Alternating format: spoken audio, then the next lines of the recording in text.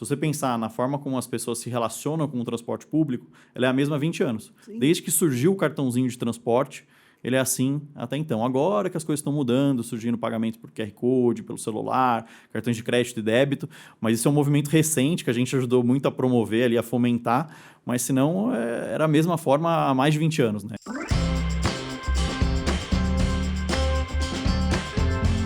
Olá, tudo bem? Esse é o MCAP Entrevista, eu sou a Elane Costa, seja muito bem-vindo, seja muito bem-vinda.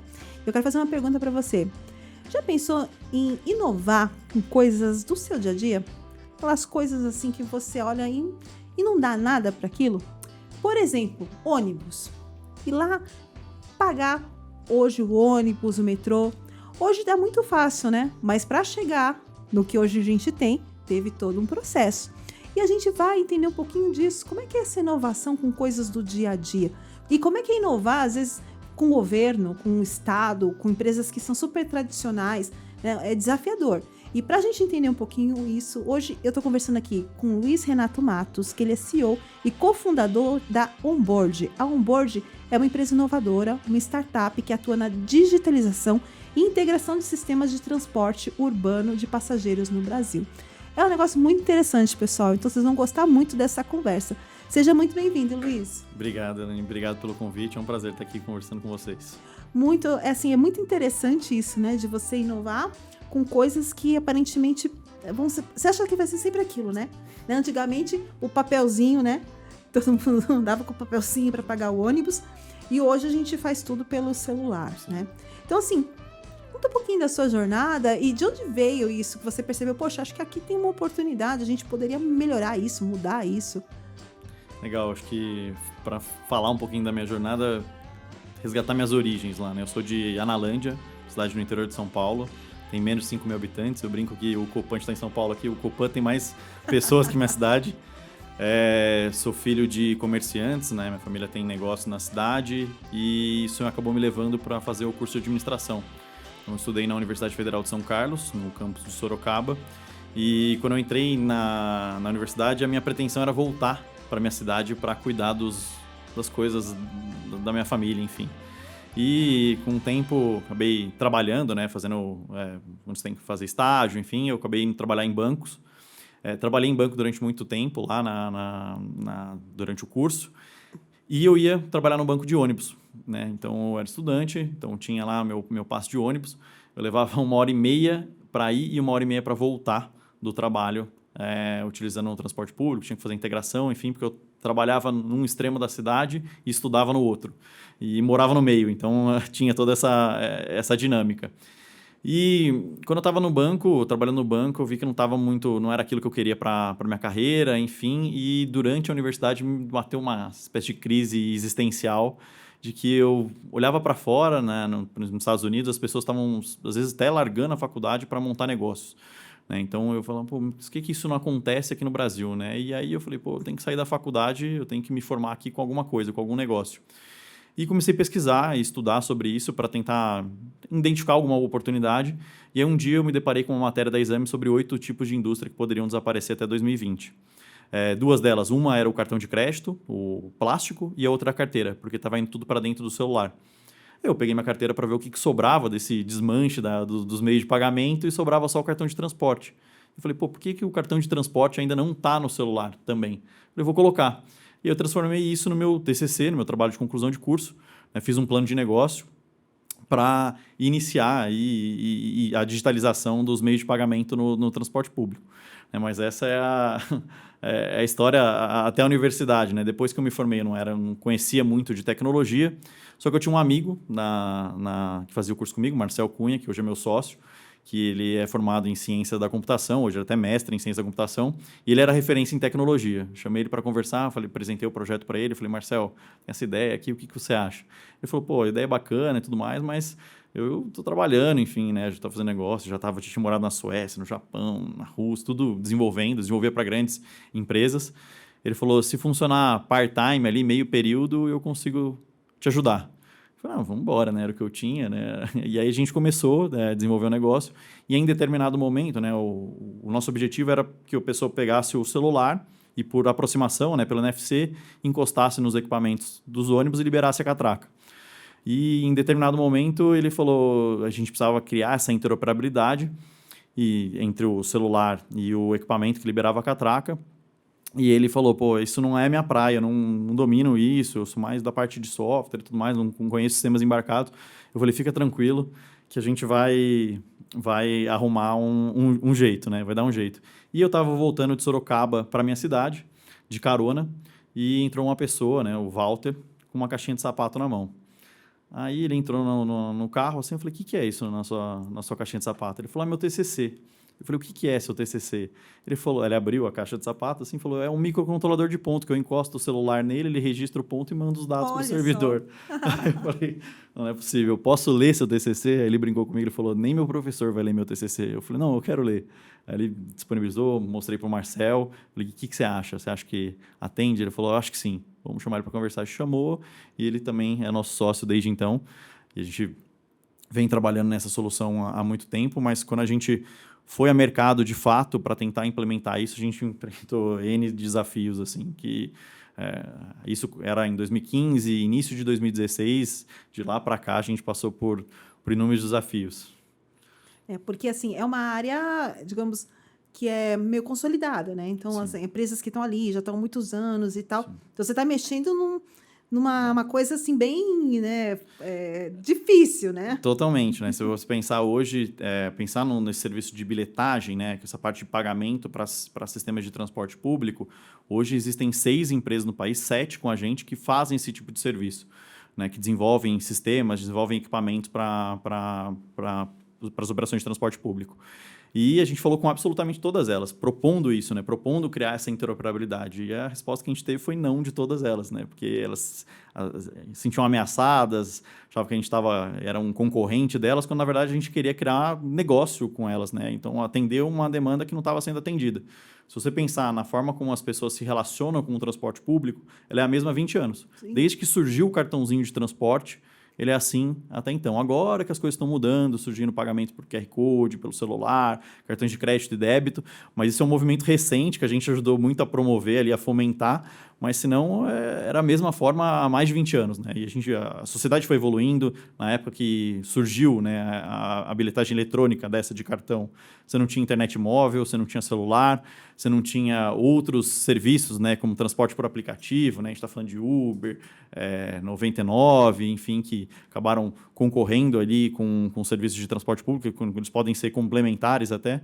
Então, era um outro mundo. E essas empresas elas não conseguiram acompanhar todas essas transformações. A gente já nasceu nesse contexto, então a gente conseguiu ter uma perspectiva diferente e propor coisas novas, né, para o mercado. E o que vocês fizeram para quebrar essa barreira, assim, poxa, elas olharam e falaram assim, cara, não quero.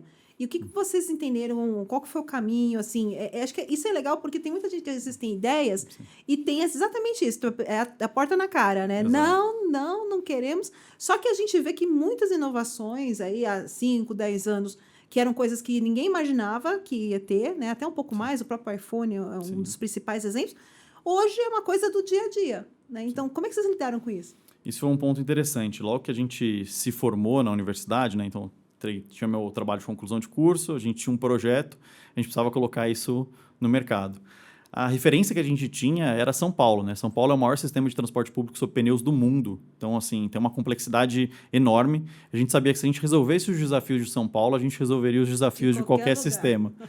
E a gente batia muito na porta da SP-Trans, né? Que é o órgão regulador aqui do sistema, da capital, tentando conversar, entender a dinâmica do sistema, apresentar o que a gente estava se propondo a fazer. E a gente conseguiu algumas reuniões, só que era engraçado que eram 3 garotos recém-formados apresentando um projeto para mexer com um sistema de arrecadação de quase 8 bilhões de reais por ano. Era muita coisa, né? E eles olharam para a gente e falaram, pô, interessante o que vocês estão fazendo, bacana a proposta de vocês, mas vamos mantendo a gente informado, né? Então, foram deixando a gente de lado. E, em um determinado momento, a Prefeitura de São Paulo criou o MobLab, que era o Laboratório de Mobilidade Urbana e Dados Abertos da Prefeitura de São Paulo. O intuito do MobLab era fomentar soluções inovadoras em mobilidade urbana. E tinha um programa de residência e tinha um programa de editais, enfim, que eles tinham alguns desafios específicos que eles já poderiam contratar essas empresas para esses desafios de maneira direta, né? No meio de concurso de um edital, né? e a gente não se enquadrava em nenhum dos editais. Aí a gente foi conversar com a organização, a gente falou, pô, a gente tem um projeto assim, assim, assado, que está ligado à mobilidade urbana, melhora a vida das pessoas, explicamos o projeto para eles acharam sensacional. Só que eles falaram, de fato, o edital hoje não tem nenhum projeto que vocês se enquadram. Né? Mas a gente vai abrir um programa de residência, que a gente vai incubar startups aqui e dar todo o ambiente de prototipagem, piloto, para vocês colocarem essa solução no mercado. Fiquem atentos, a gente foi se inscrever e tal. E esse é um ponto interessante até, né? Nessa época a gente estava trabalhando ainda, né? Cada um nas suas empresas, enfim. E a gente estava tocando a onboard em paralelo. E aí eu tirei um mês de férias, né, do banco, eu trabalhava no banco na época, e comecei a participar desse processo de inscrição do programa de residência. E aí eu lembro até hoje que o dia a gente chegou até a final, e aí no dia da final era o dia que eu voltava de férias para o trabalho. E eu não podia faltar, enfim. Só que eu tinha sido mesário na eleição. E aí quando você é mesário, você tem direito lá de tirar o dia de folga. Sim. Aí eu tirei o dia de folga de mesário, eu apresentei o projeto numa sexta-feira, 1º de julho de 2016. Aí eu apresentei o projeto aqui em São Paulo, né? Fiz a apresentação, a gente foi selecionado. Aí eu voltei para minha cidade, conversei com a minha família, falei, ó, a gente foi aprovado, se a gente for levar isso em diante, eu vou ter que largar o emprego e focar nesse negócio. Aí eu já tinha um dinheiro guardado, enfim, né, do coisa. Eles falaram, não, vai, se apertar qualquer coisa, a gente segura as pontas. Isso foi uma vantagem que eu tive, tinha uma rede de apoio muito, muito boa, assim, que permitiu que eu arriscasse. E foi. Aí no dia 4 de julho eu pedi demissão, no dia 10 eu já estava morando em São Paulo e no dia 11 a gente começou as atividades no Mobilab. E quando a gente chegou, a gente achou que estava tudo resolvido, porque pensa, a gente estava dentro do prédio da SP-Trans, com acesso aos técnicos, ao corpo jurídico, aos gestores, para criar um ambiente de prototipagem. E aí a gente falou, tá tudo certo, agora a gente vai deslanchar. E aí a gente acabou identificando todos os desafios e as burocracias que existiam, que a gente não tinha pegado no plano de negócio, não tinha descoberto nas análises que a gente tinha feito, que a própria SP-Trans ela não tinha tanta autonomia assim para criar os pilotos que a gente estava se propondo, porque ela dependia dos fornecedores de tecnologia dela. E os fornecedores de tecnologia dela não queriam se integrar com a gente. Então, a gente não conseguiu colocar aquilo em funcionamento no primeiro momento, e o que a gente conseguiu fazer... a gente falou, a gente precisa validar nossas hipóteses, colocar alguma solução no mercado, enfim, se a gente ficar forçando aqui, a gente não vai sair do lugar. E a gente viu que, na época, tinha o credenciamento para venda de recarga, né, créditos do bilhete único por meio de aplicativos. A gente falou, vamos fazer a recarga de créditos por meio de aplicativo. Tipo, vamos entrar pela rebarba exato, ali, né? Exato. Né, fecha uma porta, vamos tentar abrir uma janela. Né? E aí a gente foi atrás... E aí a gente entendeu que por aplicativo a gente conseguia construir uma base de usuários, conseguir fazer nome, né? Conseguir sair do lugar. Só que para você fazer o credenciamento na SP-Trans, a gente tinha que comprovar um patrimônio de R$1.380.000 na época e um depósito, né? Um seguro-fiança ali de R$414.000. A gente vai ser informado naquela, não tinha esse dinheiro nem... Só que a gente foi estudar, né? E investigar. E a gente viu que uma das maiores redes de recarga de crédito de São Paulo, né, ela não tinha nenhuma operação online, ela era só física. E aí eu entrei em contato com o dono da empresa, né, empresa de Araras, PL Device, chama o Eduardo, o dono da empresa. Falei do meu projeto para ele me recebeu lá na sede da empresa, eu expliquei o que eu queria fazer. Ele falou, gostei do que vocês estão fazendo, a gente não tem nada online, eu vou credenciar vocês por meio do meu credenciamento, né? Vou ser o guarda-chuva lá de vocês nessa operação. Então, ele foi responsável financeiro e jurídico para a gente nessa operação e a gente lançou o aplicativo de recarga na época. Isso era 2017. E a gente era uma das empresas credenciadas ali para fazer a operação. E um ponto interessante é que a gente começou a ser bem sucedido na questão do aplicativo, porque a gente era o único aplicativo que tinha um canal de atendimento para o passageiro, né, para o usuário ali dentro do aplicativo. Então, se ele tivesse qualquer problema na recarga, e tinha muito, porque, pensa, é um sistema de 2004, né, tinha quase 20 anos na época, que não foi pensado para operar com recarga online e tudo mais. Então, dava problema, e aí o que a SP-Trans orientava era a gente direcionar os passageiros até um posto de atendimento para resolver o problema. A gente falou, o passageiro recarregou comigo para não ter que ir até um posto de atendimento, eu vou ter que mandar ele para um posto de atendimento agora com um problema. Não é a experiência que a gente queria promover, né? E a gente criou esse canal de atendimento para tentar tratar esses problemas ali online, sem que ele tivesse que se deslocar. E aí começou a dar muito certo. né? A gente começou a ter tração, começou a ter bastante uso no aplicativo, só que a gente começou a perceber com o tempo que as pessoas instalavam, faziam a recarga e desinstalavam o aplicativo. Aí elas instalavam, faziam a recarga e desinstalavam o aplicativo. A gente achava estranho isso, né? A gente não entendia, a gente queria ter a pessoa o tempo todo com o aplicativo instalado no celular, né? Ainda que ele não tivesse muito o que fazer ali sem ser a recarga, mas a gente queria ter essa recorrência ali de uso e de acesso do passageiro. E a gente descobriu que era porque elas não tinham espaço de memória para manter o aplicativo instalado. Então. Até hoje é um problema, né? É um problema. E na época o nosso aplicativo pesava 5 mega. Hoje, se você abrir o seu celular, aí você vê que é 5 mega ou uma fotografia. Não era nada. Só que elas não tinham. E a gente pensando, nossa, e agora, né? O que a gente faz para tentar contornar isso? E a gente foi investigar os aplicativos mais baixados e mais utilizados da época, né? 2017. Todos eles eram redes sociais e aplicativos de mensageria. E aí a gente estava estudando esse mercado conversacional, de chatbots, e falou, por que não lançar esse serviço de recarga dentro das redes sociais, do Facebook e WhatsApp, que é onde as pessoas já estão. E a gente fez isso, né? Eu lembro na época era a gestão do Sérgio Aveleda, era o secretário de transporte, né? Era a gestão do João Dória, e a gente levou um robô de verdade, daqueles que o pessoal usa para atendimento, que fala e tudo mais, no Mobilab. Esse robô era de um amigo nosso, do Álvaro. A gente levou esse robô, parametrizou um monte de fala, né? O Sérgio era corintiano, a gente fazia o robô cantar o hino do Corinthians, assim, falar os bordões do Dória, né? O Acelera São Paulo, enfim, para divulgar, para mostrar para ele a solução de recarga de créditos por redes sociais. Ele ficou maravilhado, saiu Isso foi ABM total, né? Sim.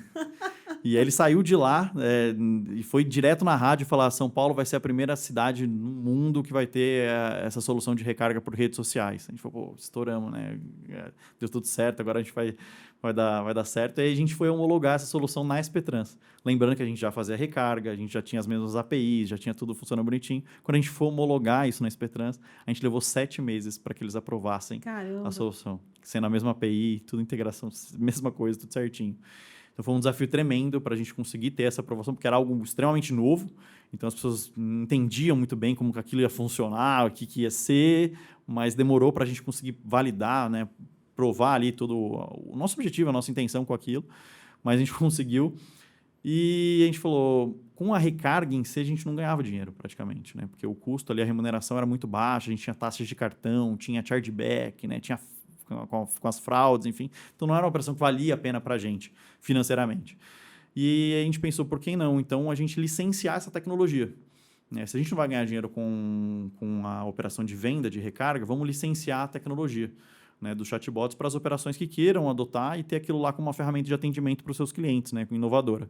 E a gente conseguiu, acabou licenciando isso para diversas operações, só que quando a gente ia para um novo operador de transporte apresentar a tecnologia para ele, ele se interessava e queria contratar, ele falava, o que vocês precisam para poder integrar e disponibilizar aqui para os meus passageiros? Recarga, cadastro, atendimento. Eu falava, eu preciso me integrar com o seu sistema de bilhetagem.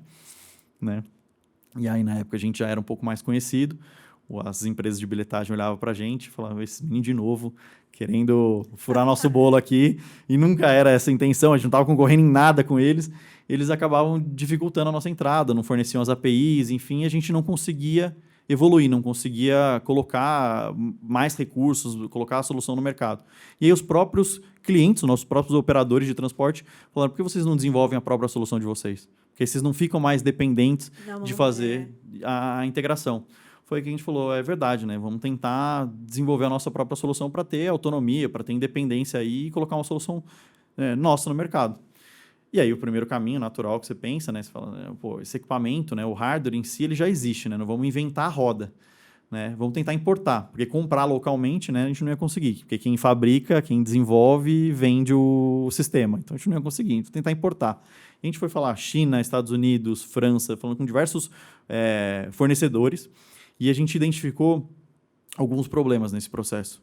Primeiro, a questão cambial, né? Porque se a gente importa um produto desse, a gente fica muito vulnerável e suscetível à variação cambial. Sim. Então, se por exemplo, o dólar, tudo é muito dolarizado hoje na nossa economia, né? Então, se o dólar variasse muito, a gente ia sofrer com isso na venda do equipamento aqui, no preço aqui. E quando você compra um produto acabado, toda a negociação, toda a precificação já está nele.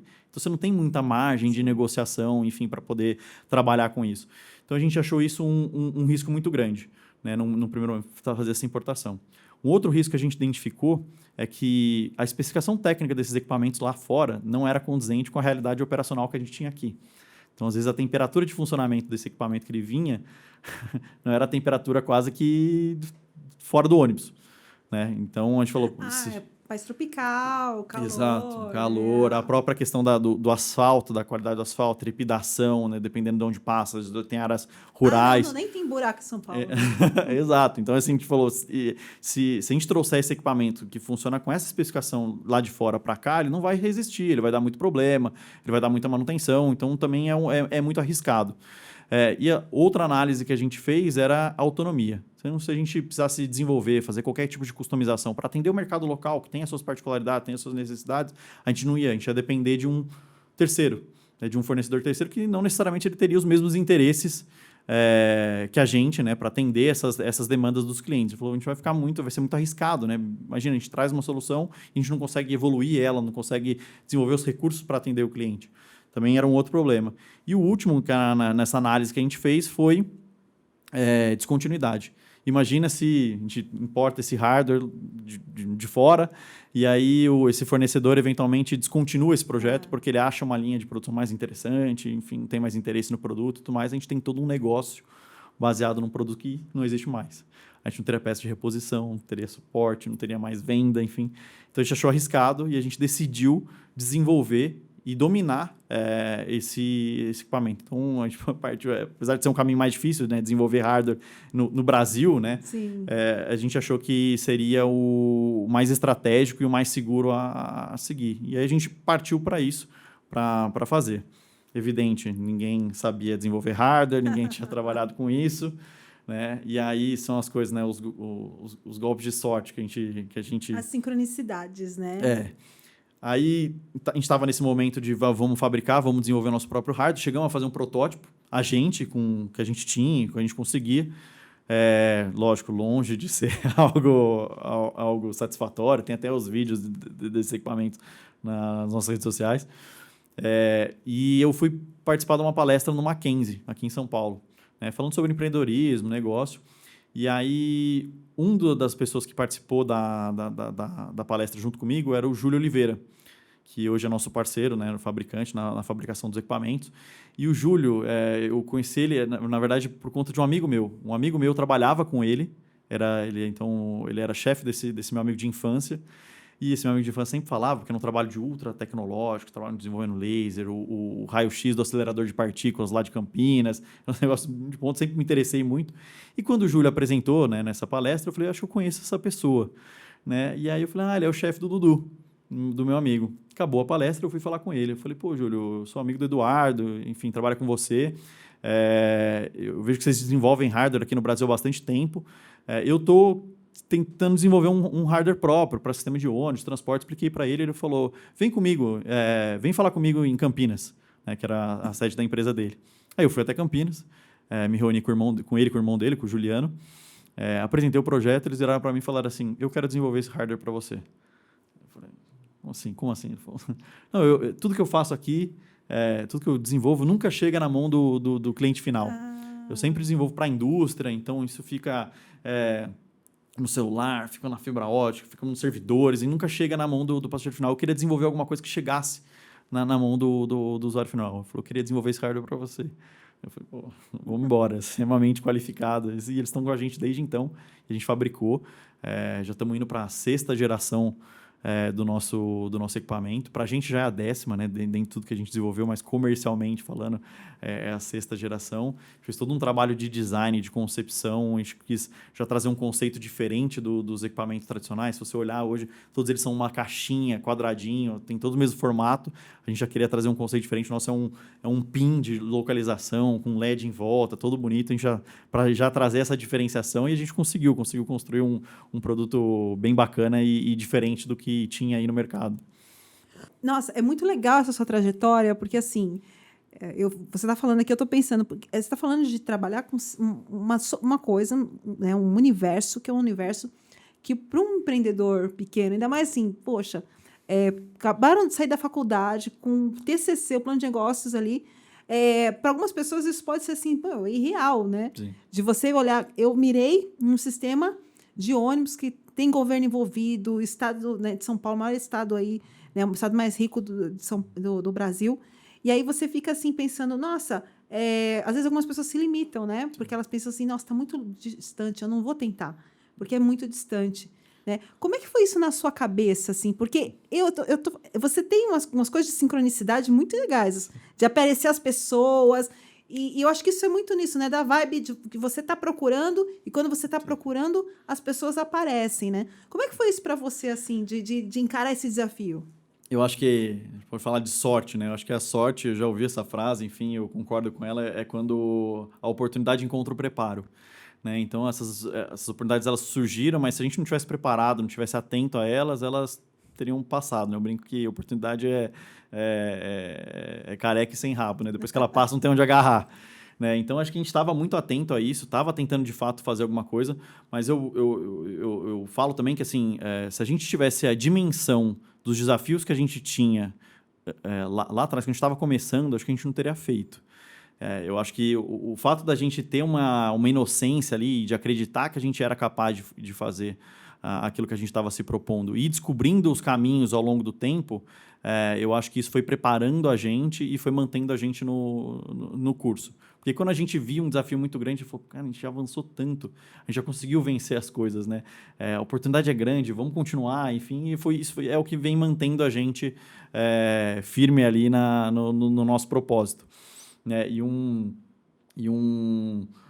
ponto interessante nesse sentido que eu falo que assim, o meu maior desafio é sempre o próximo, né? Porque os que passaram a gente já resolveu. Né? Então, assim, é o que está por vir ainda. Então, acho que dificilmente a gente vai estar completamente preparado para o próximo desafio. Eu acho que é justamente o processo que vai formando e vai qualificando e preparando a gente para resolver esses desafios que a gente vem enfrentando. E assim, você entende que alguma coisa é uma mistura do quê? De confiança, de fé, de, enfim, um feeling. O que você assim fala assim, que fala até de positividade, porque você é uma pessoa assim, passa uma positividade, uma confiança, uma alegria, sabe? Sim. Né? O que você entende assim, que olha, isso que fez a diferença? Acho que nunca é uma coisa só, né? E eu preciso dizer, assim, uma das coisas que manteve a gente foi justamente a gente, como eu comentei, né? Ter uma retaguarda que possibilitou que a gente fizesse isso.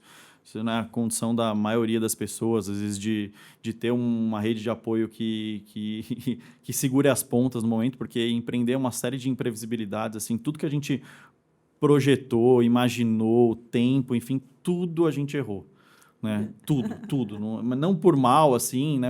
Mas porque, de fato, a gente vai aprendendo com o processo. A coisa é muito dinâmica também, né? O mercado tem mudado bastante. Então, e tem coisas que a gente só sabe no dia a dia mesmo, né? Não tem literatura para isso. Se você pegar o próprio sistema de transporte, tem pouco conteúdo, literatura produzida sobre, principalmente falando de tecnologia para o segmento. Então, tem muita gente errou nas previsões que a gente tinha e ter esse colchão, essa rede de apoio permitiu que a gente continuasse. Isso foi fundamental. Assim, não posso não falar sobre isso.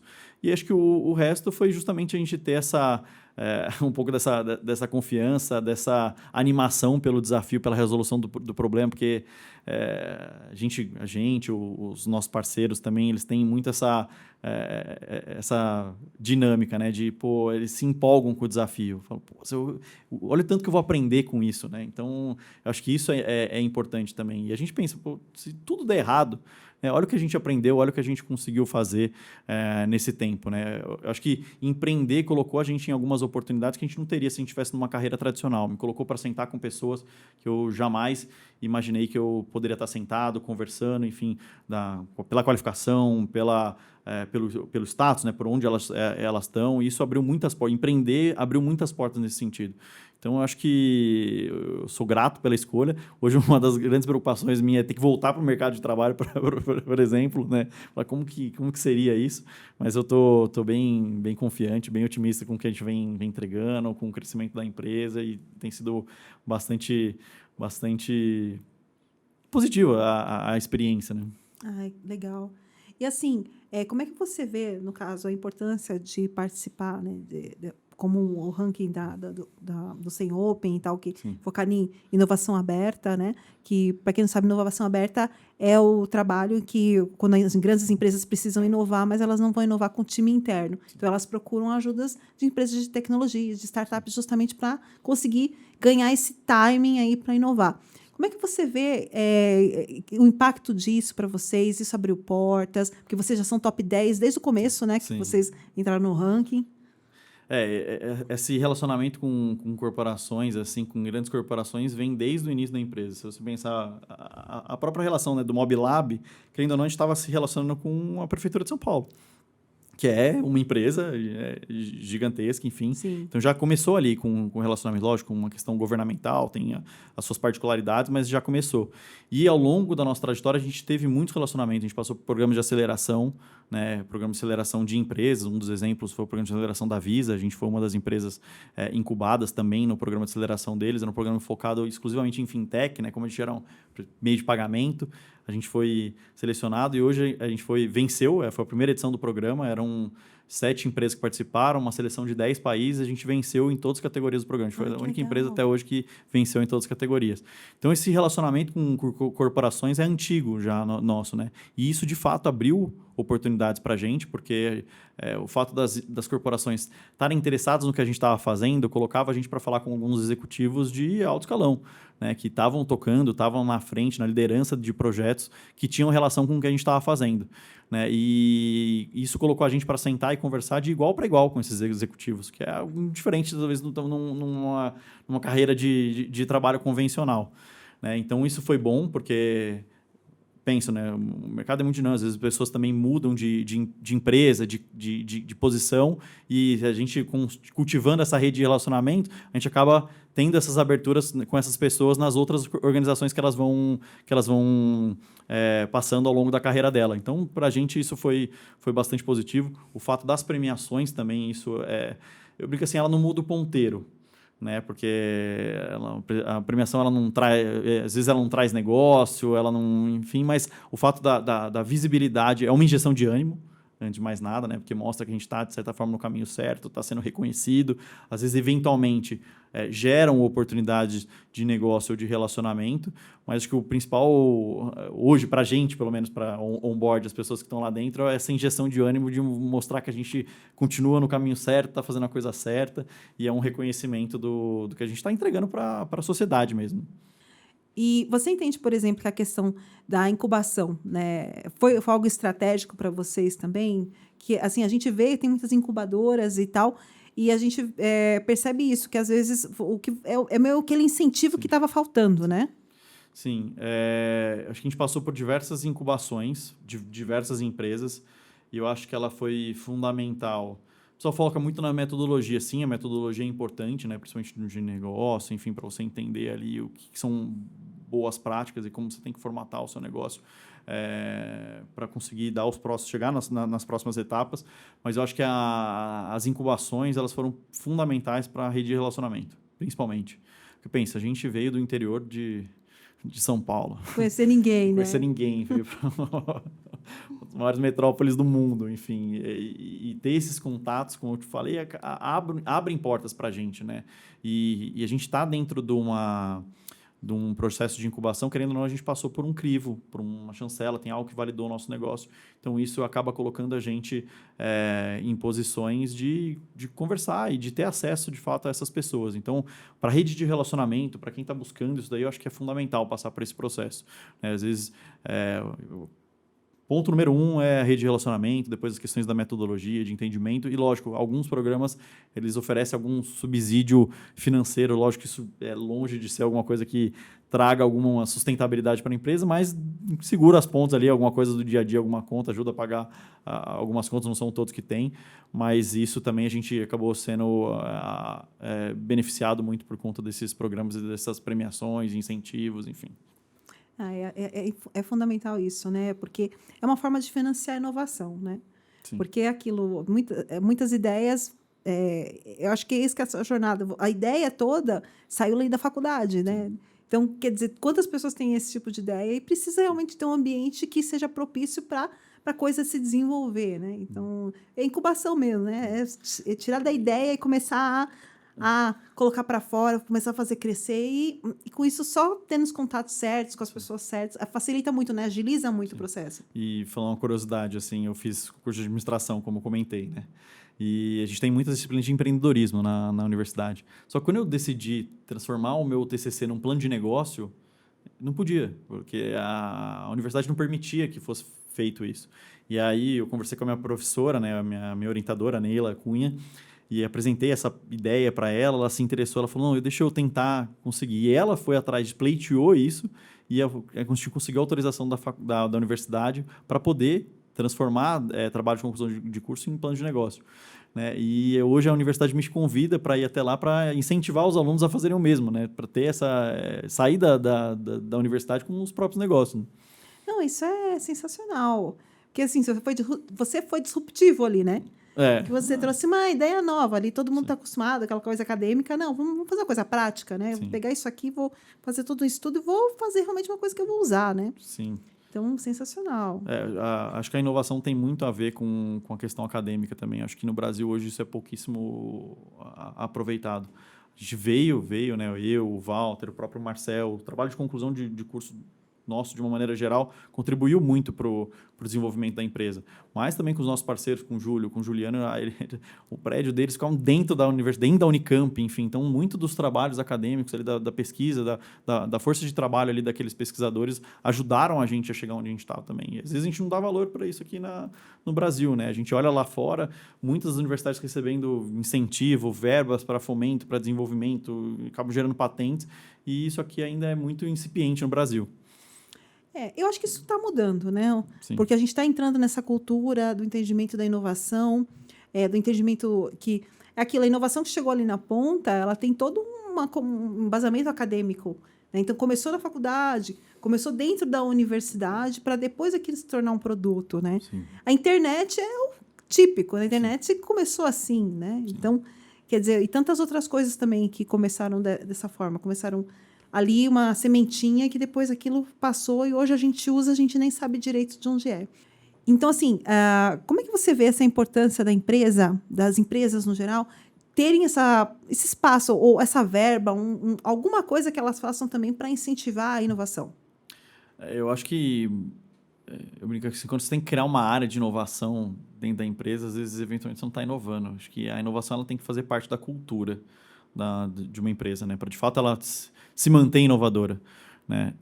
O Open Innovation acaba ajudando isso muito, porque você acaba mudando um pouco da dinâmica organizacional e trazendo isso para dentro da cultura da empresa, esse relacionamento com outras empresas, porque naturalmente você não vai desenvolver tudo dentro de casa. Você precisa de parceiros. Né? Então, assim, a gente só conseguiu fazer o que a gente conseguiu fazer porque a gente teve muitos parceiros e bons parceiros que a gente pudesse contar, né? Eles nas especialidades deles, cada um fazendo o que faz de melhor, a gente juntando isso daí, agregando valor e entregando um produto, um serviço, um resultado inovador para o mercado, para os nossos clientes. Né?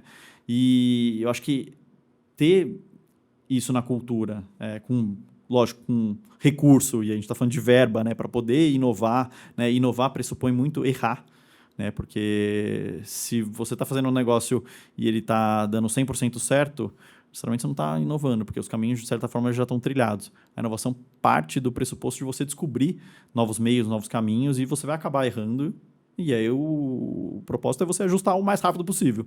Né? Então, e isso demanda recurso de dinheiro, tempo, né? Esforço. Isso as empresas elas têm isso, né, disponível, né, ou fomentam esse tipo de coisa, elas vão ter sucesso, porque inovação é difícil uma inovação de curto prazo. Né? Quando você está fazendo inovação, você está fazendo para as próximas gerações, para as próximas tendências, enfim. Né? Então, você está na vanguarda, ali na fronteira do que o mercado está fazendo hoje. Então, acho que você ter isso internamente, as empresas conseguirem trabalhar, às vezes se conectarem com startups, né, com o que a gente faz, com as corporações, ajuda tanto a empresa quanto as startups, e a gente acaba criando um ecossistema de inovação no país. Então, por exemplo, a gente fazer o que a gente está fazendo, desenvolvendo equipamento, desenvolvendo eletrônica, soluções digitais, a gente acaba formando mão de obra, educando, né, o mercado, acaba criando projetos que tem conexões com outras coisas e isso gera um ecossistema para outros negócios e outras oportunidades. Então, acho que trabalhar com inovação e fomentando inovação é positivo para todo mundo. Acho que se as empresas conseguirem, de fato, ter isso na essência ali, na cultura delas, vai ser ótimo para o Brasil, né? Para a gente como um país. Inovação, às vezes, não a gente pensa em inovação muito ligada à tecnologia, mas às vezes inovação é um processo, é ajustar um processo, enfim. Então, acho que tem muita oportunidade para a gente aqui ainda nesse sentido. Legal, muito legal. Olha, Luiz, muito obrigada por ter aceito o convite. A conversa maravilhosa. Assim, sua história é muito bacana. Legal. Porque é uma persistência mesmo, sabe? Pegar uma área que é uma área que para muita gente assim, já ia desanimar de começo. Não, vou pegar, vou fazer, vou descobrir, vou atrás. E deu certo, e está dando certo, está crescendo cada vez mais. Então, muito obrigada. Assim, é muito legal ouvir isso, porque a gente aprende muito mais ouvindo histórias assim, do que fazendo curso e tal, porque é uma troca muito grande, né? Então, e sem contar um incentivo, né? Porque eu acho que todo mundo que está assistindo e pensou, poxa, eu tenho uma ideia, mas eu achei tão difícil, mas eu acho que a ideia dele era mais difícil, ele conseguiu. Talvez eu consiga. E é verdade, às vezes a gente desanima porque acha que é super distante, né? Sim. E você é o exemplo aqui, você não era da área, não conhecia ninguém na área, não era nem de São Paulo, e foi lá, encarou e fez. Sim. Então, muito legal. Parabéns pela sua jornada, que é maravilhosa. E muito mais sucesso para vocês daqui para frente, sabe? Eu que agradeço. Obrigado pelo convite. Foi um prazer estar aqui. E desejo sucesso também para o podcast, pro programa de vocês. Muito bom. Então, conta só um pouquinho como é que as pessoas te encontram, seu Instagram, seu LinkedIn. Legal. Meu LinkedIn é Luiz, com Z, né? Luiz Renato M. Matos, com 2 T's. Assim, todas as redes sociais, meu Instagram também, né? Mas pelo arroba é Lure, Lure, Matos com 2 T's. Também são, acho que, as 2 principais redes sociais que eu uso. Maravilha. Então, o pessoal já segue o Luiz ali, porque ele já compartilha bastante coisa no LinkedIn também. E é aquilo, tem coisas que a gente acha que não, mas uma ideia, uma sugestão, alguma coisa faz muita diferença, te anima, te dá ideias. Então, vale super a pena. Já segue ele lá. Então, muito obrigada por ter aceito o convite, viu? Eu que agradeço. Obrigado mais uma vez. E você já sabe, então, pessoal, já curte, compartilha, comenta também. A gente gosta também de receber bastante comentário. E eu espero que você tenha gostado, né? E se você gostou, já sabe, continue com a gente aqui nessa comunidade, porque a gente tem sempre entrevistas desse tipo de alto nível, tá bom? Eu vou ficando por aqui e até a próxima.